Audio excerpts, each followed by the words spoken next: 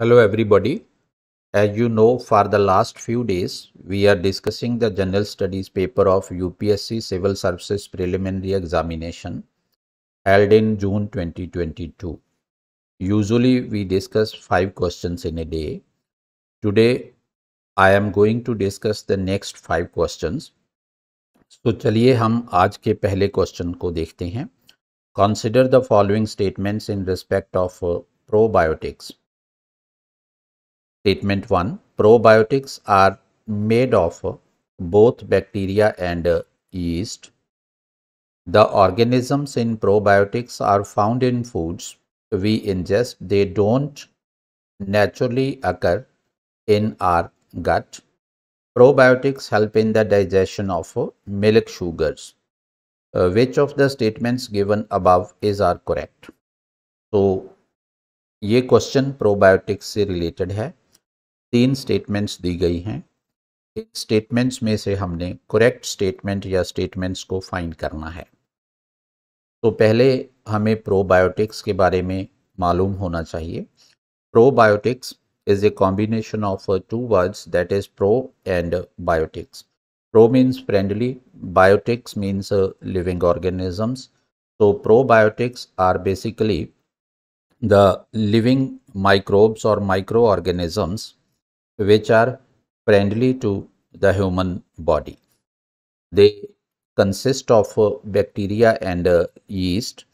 They occur naturally in our body, and they can be taken from the external sources as well. For the individuals who have lactose intolerance, probiotics are useful. So in this context, the statement number 1 is correct, statement number 2 is wrong, and statement number 3 is again correct.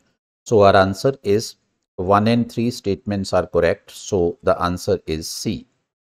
So let us know about the probiotics now. Probiotics are made of both bacteria and yeast that occur naturally in human body. There are trillions of microbes in the human body, which are a combination of bacteria, fungi, including yeasts, protozoa, and viruses. So, for a microbe to be called a probiotic, it must have the following characteristic. किसी microbe को हम probiotic तभी कहेंगे अगर उसमें जो below given characteristics हैं. तो कौन सी कैरेक्टरिस्टिक्स हैं? Be isolated from a human, उसको ह्यूमन से आइसोलेट किया जा सकता हो. Survive in the human intestine after ingestion, वो ह्यूमन इंटेस्टाइन में सर्वाइव कर सकता हो microbe. Have a proven benefit to humans, उसका ह्यूमंस को बेनिफिट हो. बी सेफली कंज्यूम्ड, उसको सेफली कंज्यूम किया जा सकता हो एक्सटर्नल सोर्स से. Where do probiotics live in the human body? ये जो प्रोबायोटिक्स हैं ये हमारी बॉडी में कहाँ पाए जाते हैं? One is gut, mouth, vagina, urinary tract, skin, and lungs. But the most common place where probiotics live is the gut. But mostly ये कहाँ पाए जाते हैं? गट में पाए जाते हैं, मोस्टली लार्ज इंटेस्टाइन्स में. Role of probiotics. प्रोबायोटिक्स काम क्या करते हैं?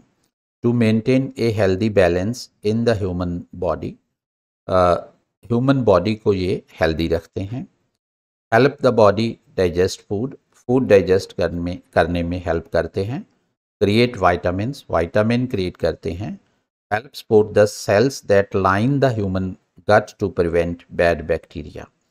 सो ऐसे सेल्स को, जो सेल्स बैड बैक्टीरिया से हमारी जो गट को प्रिवेंट करते हैं, तो उन सेल्स को सपोर्ट करते हैं ये माइक्रोब्स. तो ऐसे माइक्रोब्स जिनमें ये कैरेक्टरिस्टिक्स पाई जाती हैं, तो उन माइक्रोब्स को हम प्रोबायोटिक्स कहते हैं. The most common types of probiotic bacteria. So कौन सा जो प्रोबायोटिक बैक्टीरिया है जो वो मोस्ट कॉमन है? There are many types of bacteria that can be considered probiotics. Below are the two most common types of probiotic bacteria. दो most common types हैं. One is the lactobacillus and second is bifidobacterium. So these are the two most common types of probiotic bacteria. The most common type of yeast found in probiotics is that is a Saccharomyces boulardii. So this is the most common type of yeast. Lactose intolerance is a common problem in many human beings. So बहुत सारे लोगों में जो है वो दूध की intolerance होती है, लैक्टोस इंटॉलरेंस होती है. Probiotics are known to help elevate the problem. So probiotics इस प्रॉब्लम को रिजॉल्व करने में हेल्प करते हैं. Lactose intolerance occurs when individual doesn't have sufficient level of the enzyme needed to digest lactose. तो milk products में lactose होता है. तो जब ह्यूमन बॉडी के अंदर जो लैक्टोज को डाइजेस्ट करने के लिए जो एंजाइम चाहिए, उस एंजाइम की जब कमी होती है, सफिशिएंट लेवल नहीं होता, तो ह्यूमन बीइंग्स को यू कैन से जो लैक्टोज इंटॉलरेंस डेवलप होती है. ओके, सो लैक्टोज क्या है?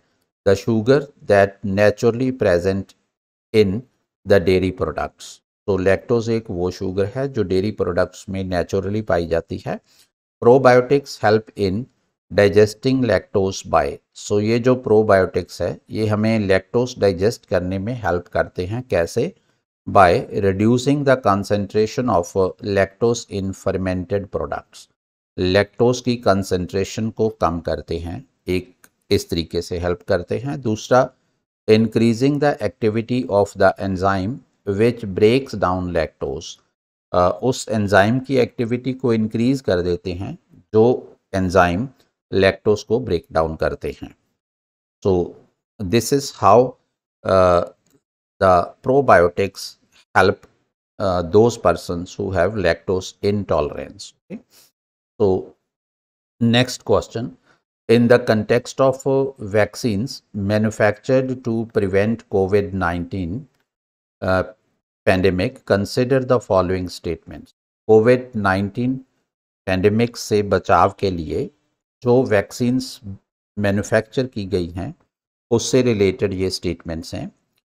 पहली स्टेटमेंट है, the serum institute of India produced covid vaccine named Covishield using mRNA platform. Second statement है, Sputnik 5 vaccine is manufactured using vector based platform. Third है, Covaxin is an inactivated pathogen based vaccine. तो ये कोविड-19 से related जो vaccines हैं उन vaccine से related question है. इसमें कोविशील्ड की बात है, कोवैक्सीन की बात है, स्पुतनिक 5 की बात है. Which of the statements given above are correct. So इन जो ये तीन स्टेटमेंट्स जो कोविड-19 वैक्सीन्स के बारे में दी गई हैं उनमें से कौन सी स्टेटमेंट्स हैं जो वो करेक्ट हैं? This is the question. तो हम नेक्स्ट स्लाइड्स में हम डिस्कस करने जा रहे हैं कोविड वैक्सीन कितनी किस्म की होती हैं. तो फिलहाल I am going to tell you the answer here. The first statement is wrong because Covishield is not an mRNA vaccine, and second statement is correct and third statement is correct. So our answer becomes B. 2 and 3 are correct statements. So now let us discuss about the COVID-19 vaccines. The main types of COVID-19 vaccines are mRNA vaccines, vector vaccines, and protein subunit vaccines. So ये तीन main types हैं, though some other types are also there. First, mRNA vaccine क्या है? Messenger RNA, जिसको हम mRNA कहते हैं. Vaccines are genetically engineered mRNA to give human cells instructions on how to make the S protein found on the surface of the COVID-19 virus. So covid virus की surface के ऊपर एक protein होता है जिसे हमें एस प्रोटीन कहते हैं। सो ये जो मैसेंजर आरएनए होता है इसको जेनेटिकली मॉडिफाई कर लिया जाता है और फिर जब ये वैक्सीन के थ्रू ये ह्यूमन बॉडी में एंटर करता है तो ये ह्यूमन सेल्स को इंस्ट्रक्शंस देता है कि कैसे जो एस प्रोटीन है जो कि कोविड-19 वायरस की सरफेस के ऊपर मिलता है उसको कैसे आइडेंटिफाई करना है। So after vaccination, human cells begin making the S protein pieces and displaying them on cell surfaces. So जब ये वैक्सीन किसी को दी जाती है तो क्या होता है कि जो ह्यूमन मसल सेल्स होते हैं जो वो एस प्रोटीन बनाने लगते हैं और उनको सेल सरफेसेस के ऊपर डिस्प्ले करते हैं। This causes the human body to create antibodies. So जब बॉडी के अंदर जब एस प्रोटीन बनता है और वो सेल सरफेसेस के ऊपर डिस्प्ले होता है तो हमारी बॉडी का जो इम्यून सिस्टम है वो एक्टिवेट हो जाता है और वो एंटीबॉडीज़ क्रिएट करने लगता है। These antibodies fight against the virus once the human body is attacked by the virus. And फिर जब हमारे अंदर एंटीबॉडीज़ डेवलप हो जाती हैं तो फिर ये जो एंटीबॉडीज़ हैं अगर आने वाले दिनों में हमें जो सार्स CoV-2 जो कोरोना वायरस है अगर वो हमें अटैक करेगा तो ये एंटीबॉडीज़ उनको आइडेंटिफाई करके उसके अगेंस्ट फाइट करेंगी। तो इस तरीके से हमें ये बेनिफिट करती है जो mRNA वैक्सीन है। Next is a vector vaccine. So in this type of vaccine, genetic material from the COVID-19 virus is placed in a modified version of a different virus, that is viral vector. So vector vaccine में क्या होता है कि हम COVID-19 virus लेते हैं उसको genetically modify करते हैं फिर हम उसको एक दूसरे वायरस में डाल देते हैं। वो जो दूसरा वायरस है उसको हम वायरल वेक्टर बोलते हैं। तो when the viral vector gets into human cells it delivers genetic material from the कोविड-19 virus that gives human cells instructions to make copies of the S protein. तो फिर क्या होता है ये जो वायरल वेक्टर है ये वैक्सीन की फॉर्म में ह्यूमन बीइंग्स को दिया जाता है एक इंजेक्शन फॉर्म में। तो जब ये ह्यूमन बॉडी के अंदर जाता है तो ये जेनेटिक मटेरियल है जो कोविड-19 से ये हमारी बॉडी को डिलीवर करता है। तो जिससे क्या होता है कि जो हमारी बॉडी के सेल्स हैं उनको जो एस प्रोटीन फॉर्म करने के लिए इंस्ट्रक्शंस मिलती हैं। सो हमारी बॉडी एस प्रोटीन्स फॉर्म करती हैं। सो जैसे ही एस प्रोटीन्स ह्यूमन सेल्स के ऊपर डिस्प्ले होती हैं the human immune system responds by creating antibodies and defensive WBC। सो जैसे ये एस प्रोटीन्स बॉडी के अंदर डेवलप होते हैं तो हमारा इम्यून सिस्टम है जो वो रिस्पॉन्ड करता है एंटीबॉडीज़ क्रिएट करता है और जो डिफेंसिव जो वाइट ब्लड सेल्स हैं उनको क्रिएट करता है। सो इस तरीके से ये वैक्सीन हेल्प करती है हमारी।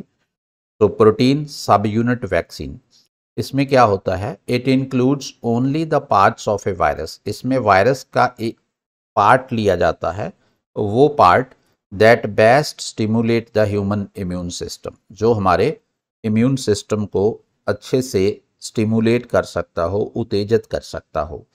It contains harmless S proteins. इसके अंदर एस प्रोटीन्स जो होती हैं वो हार्मलेस होती हैं।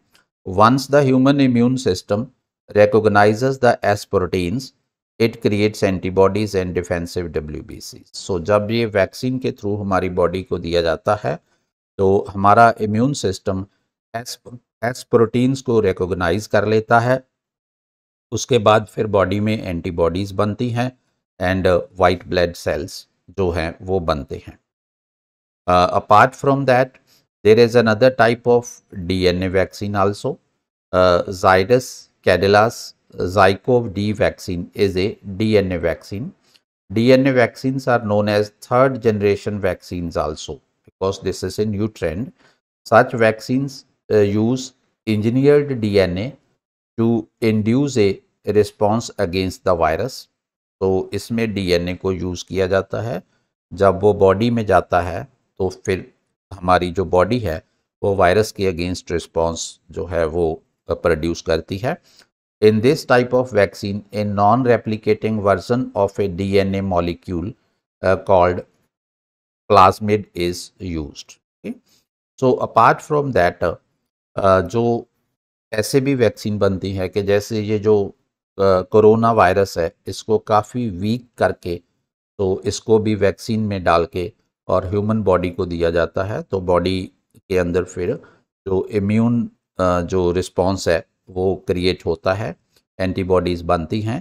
तो वो भी एक ज़रिया है. ओके, सो यहाँ है कि mRNA वैक्सीन्स कौन कौन सी हैं अब तक, जैसे मॉडर्ना है और फाइज़र की बायोएनटेक है एंड दैट इज़ कॉमिर्नेटी है. देन स्पुतनिक 5 है, कोविशील्ड है, साइनोवैक है. These are the vector vaccine, Sputnik 5, Covishield, Sinovac. And similarly जो हमारी है ये नोवावैक्स है, that is protein sub unit vaccine. मैंने यहाँ कोविशील्ड इसमें वेक्टर वैक्सीन में ली है, बट एक्चुअली जो कोविशील्ड है इसमें क्या है, this is a whole virus vaccine. इसमें क्या है कि होल वायरस को जो काफ़ी वीक करके वैक्सीन में डाला गया है. Okay, so this is a whole virus vaccine, so please bear this in mind. Okay, so I think the answer of this question is clear to you. All the statements have been discussed. So next question है, if a major solar storm, solar flare reaches the earth, which of the following are the possible effects on the earth? वो कहते हैं कि अगर कोई major solar storm या solar flare जिसे हम कहते हैं वो अर्थ तक पहुंच पाता है तो उसका जो निम्न में से कौन सा पॉसिबल इफेक्ट होगा अर्थ के ऊपर. So solar storm, you must be knowing that the you can say electromagnetic radiation emitted from the sun. Okay, so इसको हम आगे वाली जो स्लाइड्स में पढ़ते हैं डिटेल में. सो इसके इफेक्ट क्या होते हैं. GPS and navigation system code fail, yes, interrupt कर देता है. सुनामीज को डकर एट इक्वेटोरियल रीजन्स, ऐसा नहीं होता. Power grids could be damaged, yes, electricity blackout हो जाता है. Intense auroras could occur over much of the earth, yes, ये भी हो जाता है.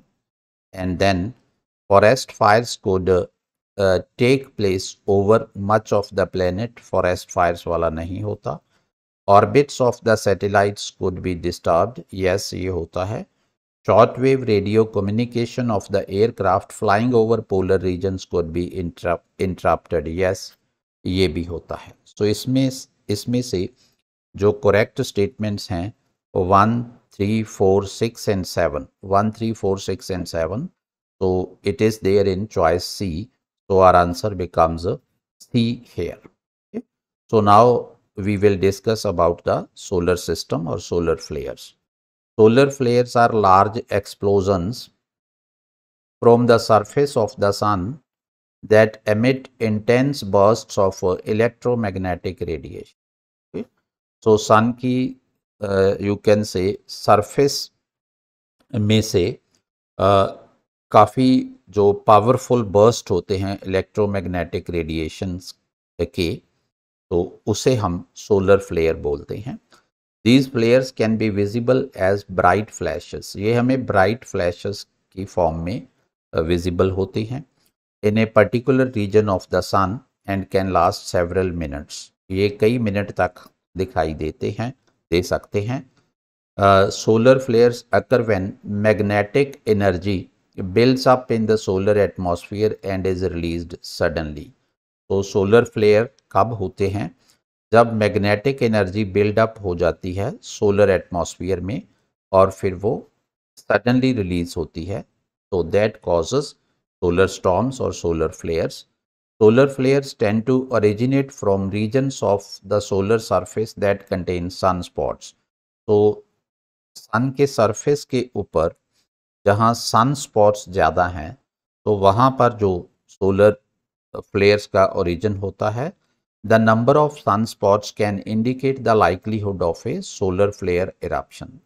तो हमें जो सन स्पॉट्स के नंबर में से पता चलता है कि what is the probability of solar flare eruption. There are 5 classes of solar flares. So NASA के अकॉर्डिंग सोलर फ्लेयर्स की 5 क्लासेस होती हैं। ये हमें डिस्कस करने की ज़रूरत नहीं है यहाँ। And their designation depends on the intensity of X rays emitted. तो ये जो 5 कैटेगरीज बनती हैं, ये जो एक्स रेज एमिट होती हैं, तो एक्स रेज की इंटेंसिटी के बेसिस के ऊपर 5 कैटेगरीज बनती हैं। The radiation emitted from solar flares travel at A speed of light. तो जो भी रेडिएशन सोलर फ्लेयर्स में से एमिट होती है वो लाइट की स्पीड के ऊपर ट्रैवल करती है and can reach earth from the sun in just over 8 minutes. So sun से लेकर के अर्थ तक पहुंचने को उसको जस्ट 8 मिनट्स से थोड़ा ज़्यादा वक्त लगता है। So effects of solar flares. Solar flares का इफेक्ट क्या रहेगा?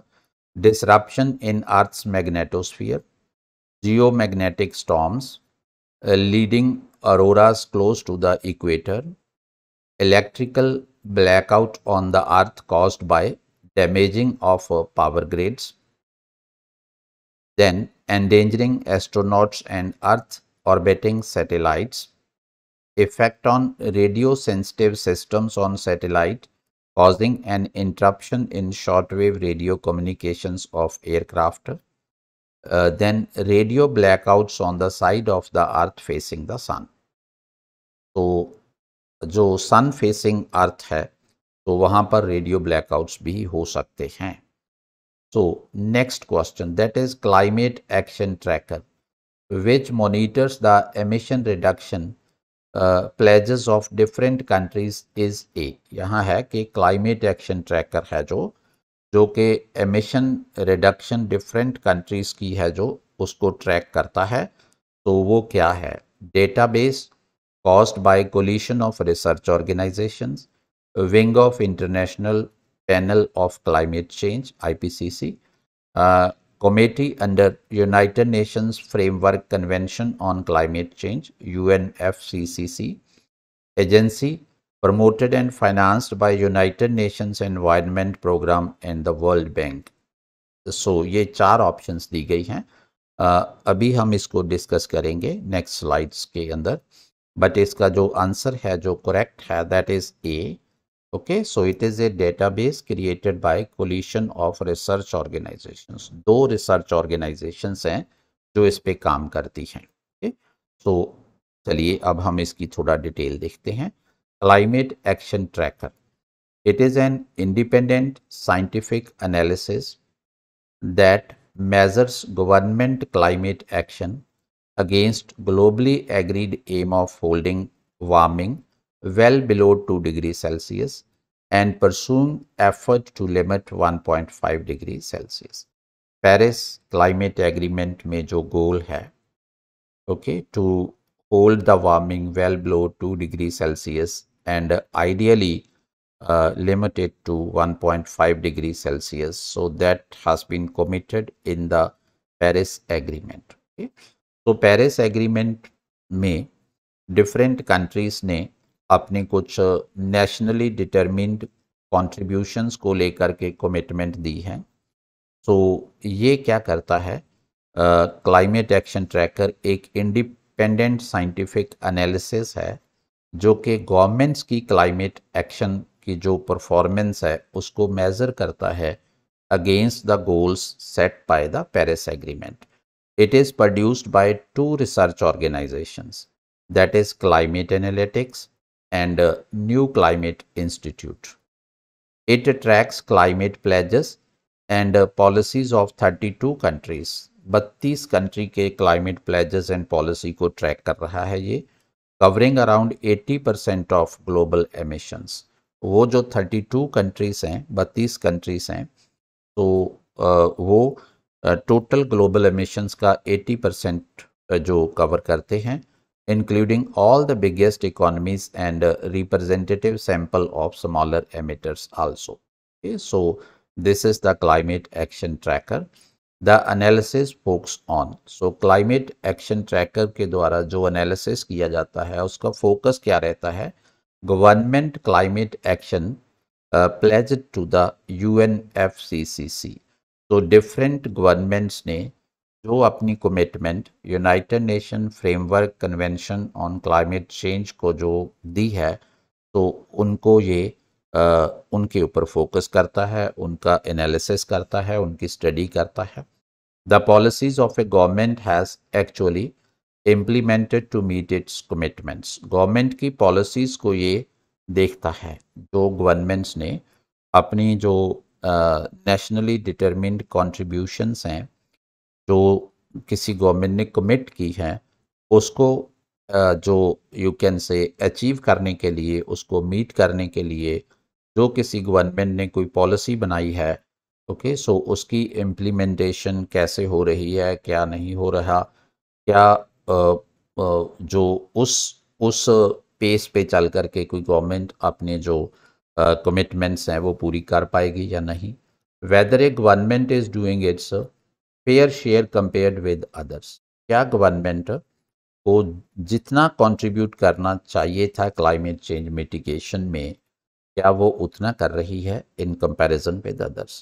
Comparison to emission reduction potential based on a literature review. So जो emission reduction potential different countries का, उनका कंपैरिजन किया जाता है। Comparison of national and sectoral decarbonisation, different sectors के अंदर डीकार्बोनाइजेशन एंड नेशनल डीकार्बोनाइजेशन, उसका डिफरेंट कंट्रीज का कंपैरिजन किया जाता है। सो ये काम है जो क्लाइमेट एक्शन ट्रैकर करता है। नेक्स्ट क्वेश्चन है, consider the following statements. The climate group is an international non-profit organization that drives climate action by building large networks and runs them.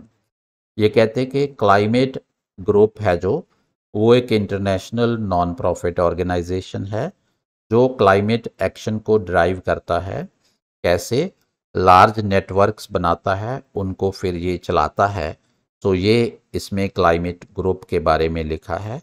So this statement is correct. Climate group एक international non profit organisation है जो networks create करती है, different organisations के साथ मिलकर के वो नेटवर्क चलाती है और इस तरीके से जो क्लाइमेट एक्शन है उसको फास्टर करने का काम करती है।